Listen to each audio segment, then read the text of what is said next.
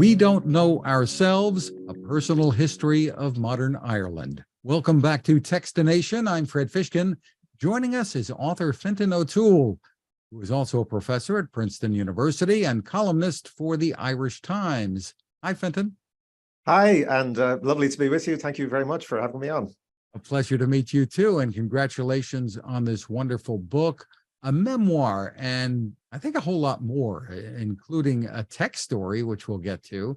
As the title implies, it is a personal history, but I think a personal history for many.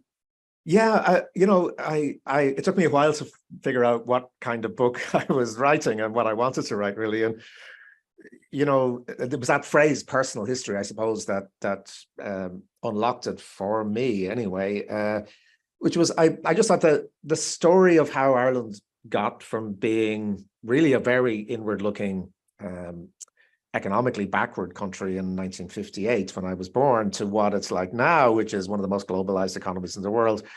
It's a very interesting story in itself, but I thought you could tell it really through personal experience, or through just using your own life and family's life to sort of take people through some kind of a narrative of what this felt like to experience all of this change, and that maybe that it's not that there's anything particularly extraordinary about my own life or about my own family, but actually maybe just the ordinariness of it does help to connect to readers, that they can see overlaps with their own experiences too.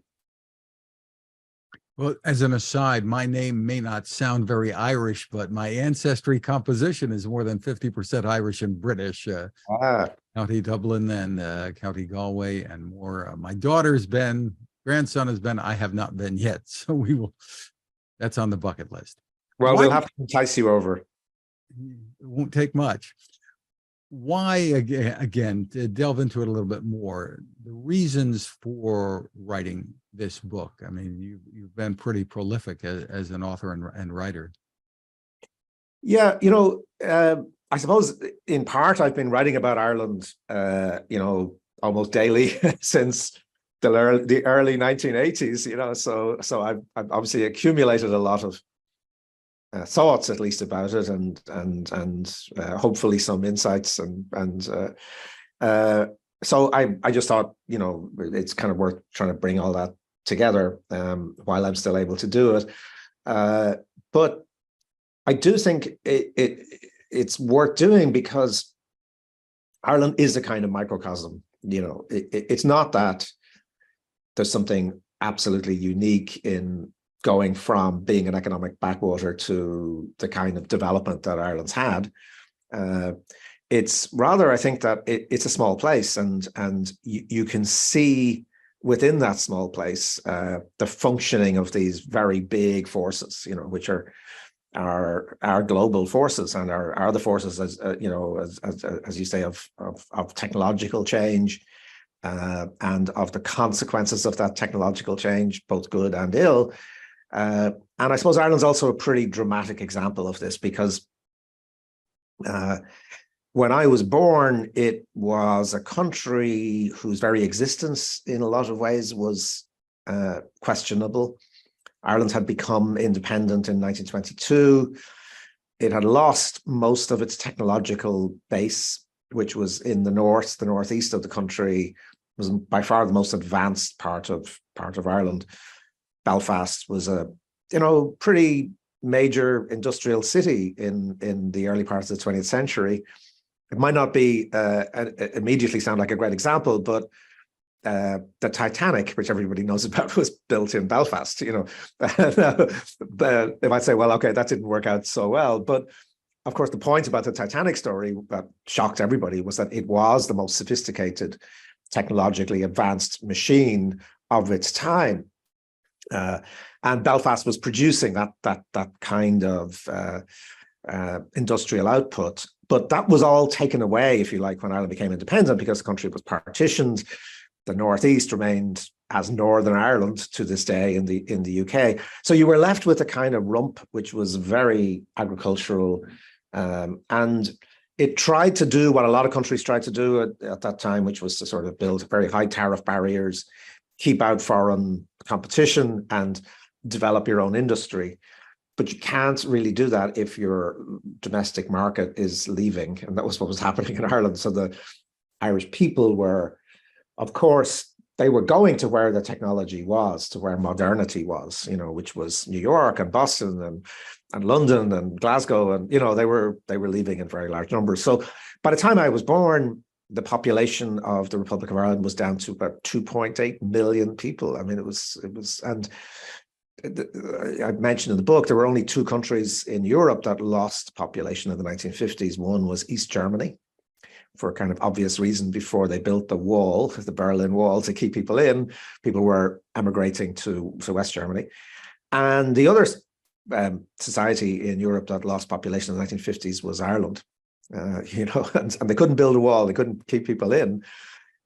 So the whole viability of the place was really in question, and it had to change. There had to be a kind of top-down revolution, which was precisely to invite in foreign capital, foreign technology. It turned out to be mostly American, as it happened over time. And that really is the story. That's that dramatic change is the story that I'm trying to tell, as to just how that feels, and of course it has huge implications for religion, for politics, for society, for culture, for everything else.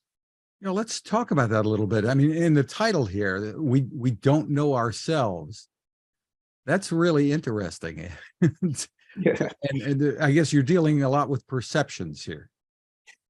Yeah, it's actually a title that we sometimes forget that language works slightly differently on both sides of the Atlantic. And in Ireland, certainly the title works as a sort of pun, because we have this expression, right, where we say we don't know ourselves. You say, and it's, if you get a new computer, and somebody says, how's the new computer? I don't know myself since I got the new computer. It's just fantastic, or a new lawnmower. We don't know ourselves since we got the new lawnmower. It's just one of those kind of phrases people use. And I thought that it was used by everybody everywhere. And of course it's not. People in America don't use that term. So it was meant to kind of capture both the sort of wonderful, almost magical nature of change, but also to have the other direct meaning, which it still has for Americans, which is we don't know ourselves. And so, yeah, the book is organized a lot around these ideas of what do we know, what do we pretend not to know. And I suppose all societies have this, we're all, when it suits us, can be very good at not taking account of the stuff that's staring us in the face, and choosing not to know dark things about our own society or the place we live. But I think Ireland, again, because it's so small and concentrated, there's a particular power to this idea, I think, of a place. And really, a lot of this was to do with how Ireland saw itself after partition. It was an overwhelmingly Catholic country. And of course, there's nothing wrong with that at all, but except it's the overwhelming bit, I think, is the problem, that a very monolithic kind of culture. Everybody was white, everybody was Catholic. Overwhelmingly, people lived in the countryside or in small towns, and very little diversity really in the culture, in the society. And you had this kind of fusion of politics and religion. Politics is a great thing. Religion can be a great thing. You put the two of them together, and they're not such a great thing. The cocktail of religious identity and political power. If you put those two things together, you get just a kind of stultifying conformity, and that really created this sort of strange Ireland that I tried to describe, really, where a lot of it was about trying to pretend that Ireland was the most Catholic country the world had ever seen. It was some sort of idealized place through the religious identity. Whereas in fact, of course, most Irish people were trying to get out of the place to live better lives. So there was something wrong there. It wasn't cohering. But you had, like, in the law, you had contraception was banned, divorce was banned. Of course, there were no gay rights, abortion was banned, censorship of books, so that most Irish authors, for example, all the great Irish writers were banned in their own country. This attempt to maintain this sort of super Catholic image came at a pretty high cost. And that's in a way also what had to be dismantled in order for all this kind of technological change to happen. And dismantled it was. I mean, and it wasn't just the young people involved in this revolution, right? Yeah, it took a long time. In one way, you could say the strange thing about the Irish story is not that this very kind of Catholic exceptionalist culture didn't survive all of the huge economic and social changes, but that it sort of survived for so long. I mean, I would say that really almost up to the end of the 20th century, Ireland still was in some ways this sort of exceptionally Catholic place. We were very good, I think, as a society at keeping two things going at the same time. One was this sort of move towards a kind of hyper modern economy, and the other was almost kind of clinging on to this increasingly outmoded idea of Ireland as a sort of very conservative Catholic culture. But what that means, I think, is that when it does start to fall apart, it falls apart then very, very quickly. And as you say, what's really interesting is that, when all of this really started to unravel in the 21st century, it wasn't just the young. Yeah, it was also the older people who had, in a way, gone along with this culture for a long time themselves, but really came to realize that actually it wasn't worth it, that it didn't function anymore, and it didn't really map onto the reality of this place, which had by then been transformed by all of this economic and technological change. Talking about the technological change, the country really became a magnet for some of the biggest names in technology: Intel, Apple, Microsoft, and more, and then the pharmaceutical industry as well. How and why did that happen? I mean, and you contrast this with, the technological growth in say South Korea, but that all happened internally, their own companies. Yes, I mean, I think it's one of the reasons why Ireland is so interesting in a way. Is that I don't think there's a parallel anywhere to the sheer extent to which this economic development was driven by outside investment. So as you say, like, South Korea did its own thing. The South Korean state has a very clear plan, and it puts all this in place, and it's very directed from internal politics. Whereas the Irish path to development was almost the opposite. And you use the word magnet, and in a way, that's what it was. It was a kind of bet on being attractive, being able to attract industry and money and technology and skills and people in. And this started really in the late 1950s, early 1960s. And it was pretty crude. It was just, you basically, if you invest in Ireland, you won't pay any tax, right? And so this was fairly attractive to, initially, there were a lot of German investment, British investment, as well as American investment. And a lot of it was, assembly line stuff. And that was great. If you don't have this stuff, it's a phase you want to go through in terms of your developments as a country. But really, the big revolution, I think, starts to happen from the late 60s, early 70s onwards, and it's an educational revolution. So the Ireland I was born into was the worst educated population in Europe, which is a terrible thing to say when you think about the huge contribution of Ireland historically to world culture, to literature, but most people, when I was born in Ireland, were like my parents. They only had a primary school education. They didn't have a high school education at all, not a single year of high school. And that was very typical. And now Ireland is the best educated country in Europe. Something like, I think it's 54% of the entire population now has a third level degree, right? has a college level education.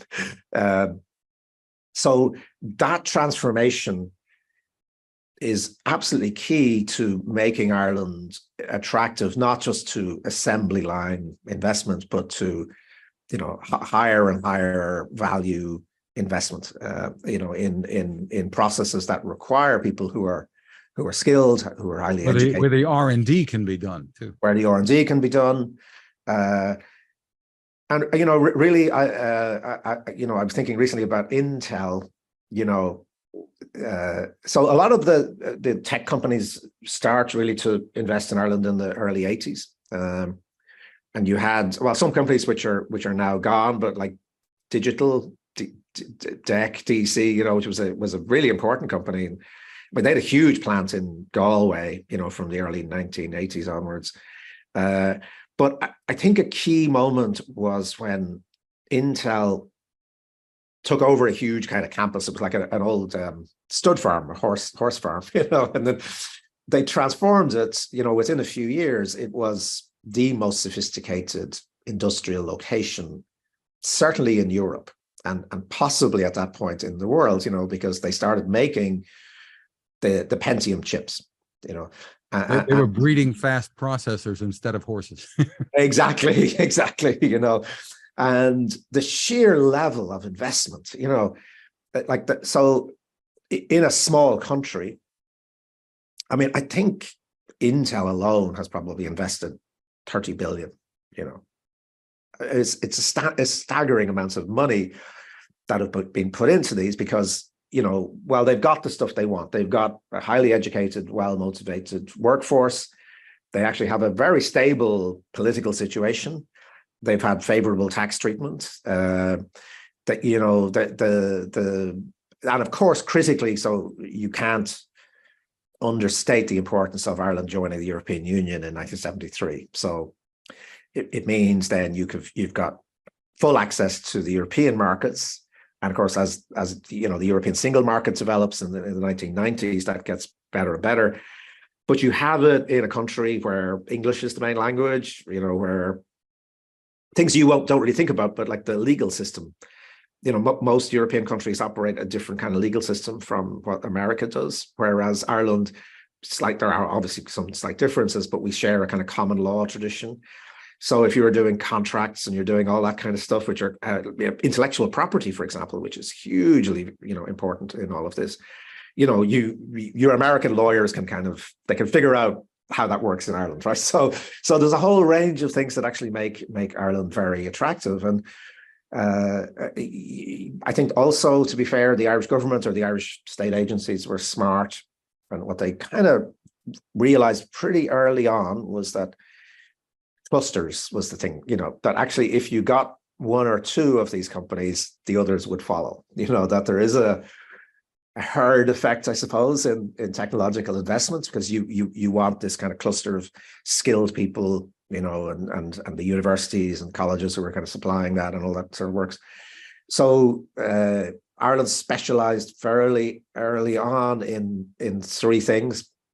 I would say it was the old Holy Trinity, was the Catholic Holy Trinity. The new one was information technology, of course, pharmaceuticals, as you mentioned, and then medical technology, so medical devices, which people don't pay that much attention to in a way, but of course is a hugely important, growing, highly lucrative area. Right? So those three things, you've got clusters in those three areas in Ireland, and they really start to grow in importance from the 1990s onwards, and essentially they've remained the great drivers of change in Ireland.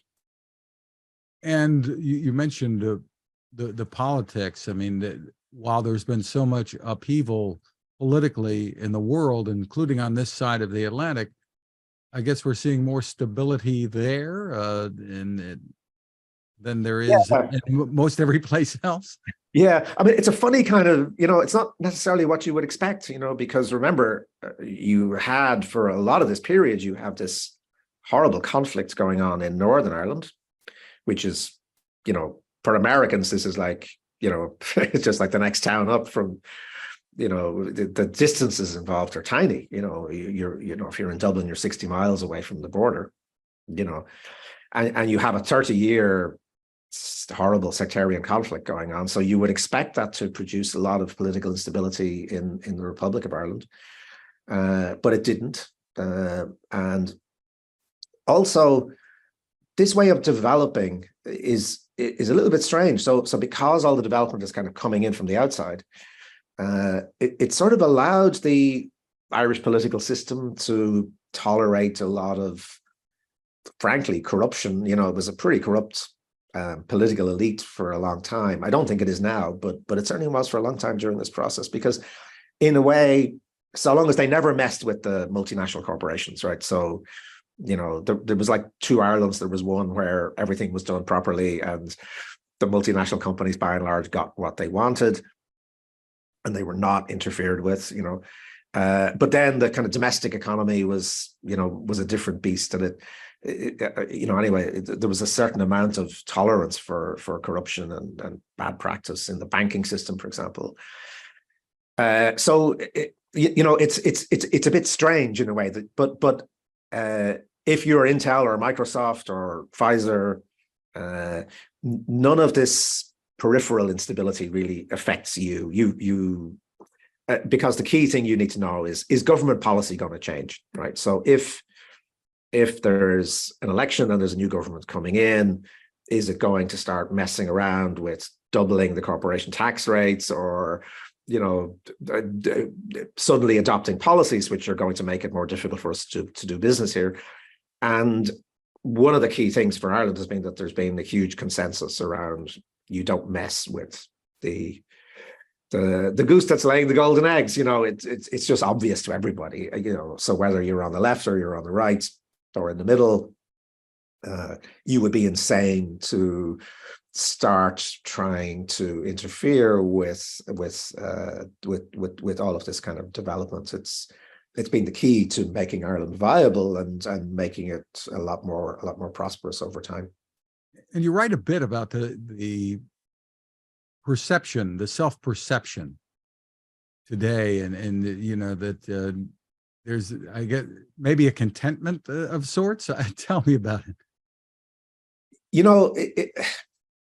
Ireland historically, I suppose it's been a place that's had a lot of conflict, a lot of suffering, a lot of poverty, mass emigration, and all of these things, do produce social attitudes. I suppose even the sort of hyper-Catholicism was a sort of compensation for not being as well off as our neighbors, and not actually doing that well. You look for something else that you try to use to say, well, actually, yeah, we may be poor, but we're romantic, or we're spiritual, or all those kind of things. But they also produce a certain kind of a lack of self-confidence. To be honest, if you were growing up as I was in a society where, as I said, most young people were leaving, were choosing to, and quite rationally saying, actually, you know what, I could have a much better life somewhere else. That I think does sap the confidence of a culture. And the critical thing, I think, is that over time, being able to more or less end compulsory mass emigration, being able to keep your own population in the place. People still leave Ireland, but they leave out of choice. They go to get more experience elsewhere, or to continue their education, or just to travel or whatever, and they can come back if they want to. So that I think that sort of cycle of mass emigration, at least for the moment, seems to be over, and I think that does kind of produce a more confident culture. At times in this century, the early part of the century, the confidence became a kind of hyper confidence, a sort of crazy. It was like all of Ireland's Christmases had come at once, and everything was going fantastically well, and we had all these multinational companies. Then you had the peace process in Northern Ireland, which was fantastic, and then you had Riverdance, and you had all this kind of Irish culture was everywhere, and we lost the kind of any sort of rational sense of what did we want to do with our prosperity? How could we make this sustainable? And we had a terrible economic crash then in 2008. Everybody, of course, had that banking property crash. You had it in the States, but Ireland had it really, really, really badly. And it's still kind of in a way recovering from that. But what I think what's happened is that people of my age anyway, certainly because of this lack of confidence, there was always a sense that this good fortune might go away. That these multinational companies might just move on. They'd go somewhere else, they wouldn't stay. And there was a reason for this, because that happened a lot in the 60s and 70s. Companies would come for the tax breaks, and then somewhere else was cheaper labor, as China's opening up or the Eastern European markets opening up, they'd move on. But at this stage, so many of these companies, their investment is so huge, you don't move a microchip plant, to somewhere else just overnight, right? That the investment is enormous. And that's true of most of this investment. So I think we're kind of getting to the point where we think, okay, this is for real, this is long term. And what we need to do, is really sort of ourselves start thinking long term, because Ireland's been very bad at thinking about sustainability and in environmental terms, but also in social terms and economic terms as to, what do you need to do to remain as a very prosperous country. Very, very interesting. And there was a phrase, I forgot exactly what it was, that you referred to in the book about America being here as opposed to leaving for America, right? Yeah. Well, it was a phrase my mother-in-law used to use, and she remember it was from her childhood, she didn't think about it, but if she was visiting and, she had a nice meal or something, you say, are you okay? Are you enjoying, and she said, oh, it's like America at home. And, and this was a sort of Irish dream, it was like that you could have all the luxuries of America, but still be in Ireland, and it's kind of poignant phrase really from that whole history of mass migration, but I think in a way it is what Irish people wanted, is to have the best parts of America, but still be in Ireland, and I think by and large that has happened. We certainly have, Joe Biden has just recently spent 4 days in Ireland, as American president. There's still, there are these very, very potent connections at all sorts of levels to America. But Ireland doesn't feel to me any less Irish than it was when I was a kid. The fear is always, well, if you modernize, if you have all this prosperity, you lose your identity, but big part of your identity is being able to keep your own people, like we're so much better educated, culturally. I think Ireland is, extremely creative at the moment, the different art forms, you look at different things, there's really flowering of new voices and new ideas. And so I don't think any fear that, that you lose your sense of yourself in all this process has really been borne out. And I think one of the stories I try to tell in the book is in a way that we've faced up to a lot of the darknesses about ourselves. You need a certain amount of confidence in order to be honest about the failures and the cruelties of the Ireland we created. It was a very cruel place, particularly for women and children, for a lot of the time. And there were terrible institutions run by the church, in which women and kids were incarcerated in awful conditions and abused. And we sort of knew all that stuff, I think, but decided not to know it, not to face up to it, because we were too ashamed of it or just couldn't bear it. And I think one of the interesting things that's been happening in recent years is that we're still very much confronting the past. And you could say, well, this is all very dark, and it is, but it's also a sign of positive change, that you can deal with the dark things about yourself and about your own society and not be overwhelmed by them, and actually begin to kind of come to terms with them. you know, hope that you can lay them to rest at least, and accept that we're not exceptional. We're not, you know, the holiest people in the world, the most Catholic people in the world. We're flawed, complex individuals and societies like everybody else is, you know. And I think that's you need a certain kind of confidence just to be able to accept your own ordinariness. Well, you certainly have a wonderful way of weaving all of this into a book. Again, it is called We Don't Know Ourselves, A Personal History of Modern Ireland. Fintan O'Toole, thank you so much for spending time with us. It's been a great pleasure, and thank you to your listeners for also spending time with both of us.